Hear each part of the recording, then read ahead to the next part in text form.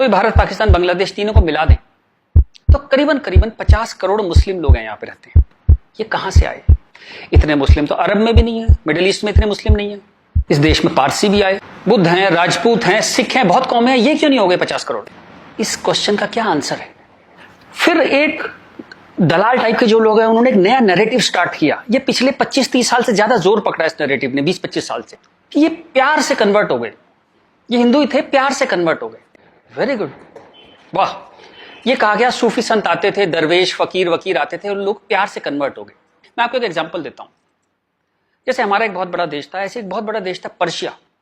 वहां पारसी रहते थे और वो कलाओं में, ट्रेड में, एजुकेशन में बहुत ऊपर देश था। उसकी वो पूरी सिविलाइजेशन बहुत हाई पे थी। ये मिडिल एजेस की बात है। मुस्लिम्स का अटैक हुआ, करीबन 25-30 साल में एक भी पारसी जिंदा नहीं बचा।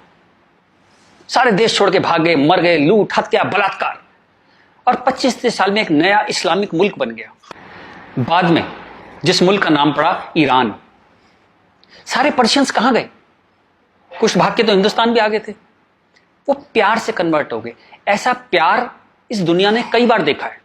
अफ्रीका में, एशिया में ऐसा प्यार 25-30 कंट्रीज ने बर्दाश्त किया है और वो 25-30 कंट्री टोटल इस्लामिक बन गए।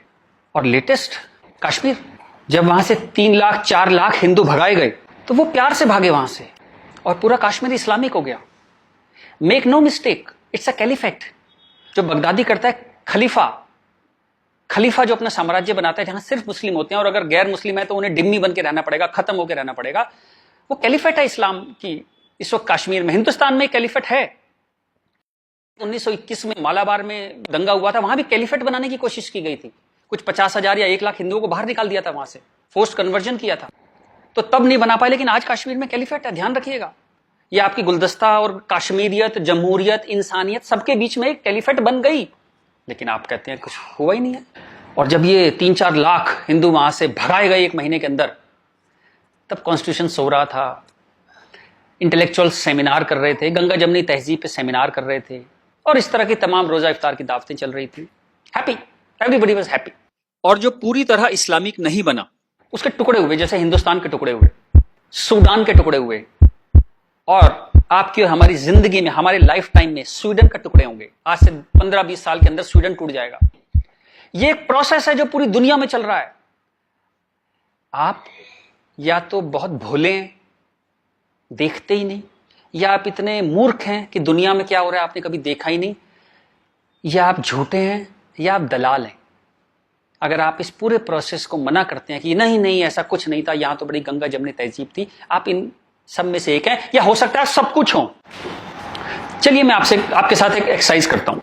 आपके एक दादा होंगे, एक दादा परिवार है, दादा, चाचा, ताऊ, बुआ, फूफा, उधर के उनके बच्चे, सब एक पूरी फैमिली ट्री वो है। एक नाना की तरफ से है, तो एक आदमी करीबन ऐसे 10-15 परिवार उसके आसपास होते हैं। इसके बाद आप आपका कॉलेज, स्कूल कॉलेज, जहां 50-100 स्टूडेंट हैं, जिसमें कुछ दोस्त हैं जो आपके साथ ट्रेवल करते हैं जिंदगी भर। फिर आपका मोहल्ला, आपकी कॉलोनी, वहां भी आप 10-20 परिवारों को जानते हैं। यूं कहें एक आदमी मोटा मोटा 700-800 1000 लोगों की खबर उसको होती है, डायरेक्ट खबर, चाहे मिले ना, कि कोई बहुत दूर रहता है, लेकिन हाँ पता लगता है उसकी शादी हो गई, उसके बच्चा हो गया, डेथ हो गई, कुछ बहुत अच्छा हो गया, बहुत बुरा हो गया, खबर आ जाती है कहीं ना कहीं से। अब मैं आपसे एक्सरसाइज करता हूं, पिछले 20-30-50 साल में ये इन 1000 लोगों में से कितने लोग मुस्लिम बने, कितने लोग कन्वर्ट हुए? आंसर मिलेगा 0। क्या हुआ? सारे सूफी, दरवेश, फकीर रिटायर हो गए, आईपीएल देखने चले गए, इस्लाम की कशिश खत्म हो गई।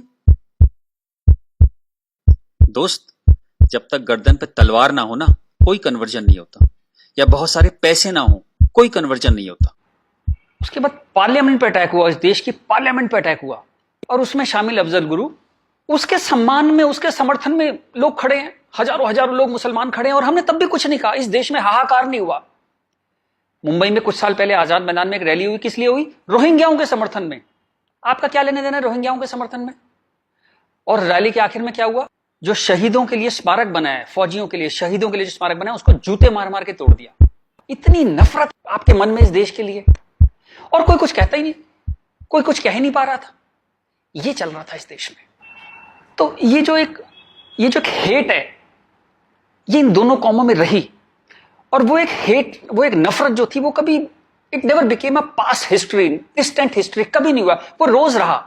कभी वो अफजल गुरु के रूप में आ गई, कभी वो क्रिकेट मैच के रूप में आ गई, कभी कश्मीर, कभी आजाद मैदान, वो हमेशा कभी ना कभी उसके न्यू एडिशंस आते रहते थे। एक और एक्सरसाइज करते हैं। आप मोटरसाइकिल चलाते हैं, कार चलाते हैं, साइकिल स्कूटर कुछ चलाते होंगे। जब भी आप सड़क में जाते हैं तो थोड़ा संभल के चलते हैं। लेकिन आपके शहर के जो मुस्लिम एरिया है, जब उसमें आप जाते हैं तो कुछ एक्स्ट्रा संभल के चलते हैं कि नहीं? एक्स्ट्रा संभल के, कि अगर यहां लग गई तो एक्स्ट्रा पिटाई होगी। वो जो फियर है आपके अंदर, वो जो डर है, वो कमाल की चीज है, जिसको देश कहता है नहीं, एक सिस्टम कहता है नहीं, लेकिन आपके अंदर है, करोड़ों लोगों के अंदर है, 100 करोड़ लोगों के अंदर है वो डर।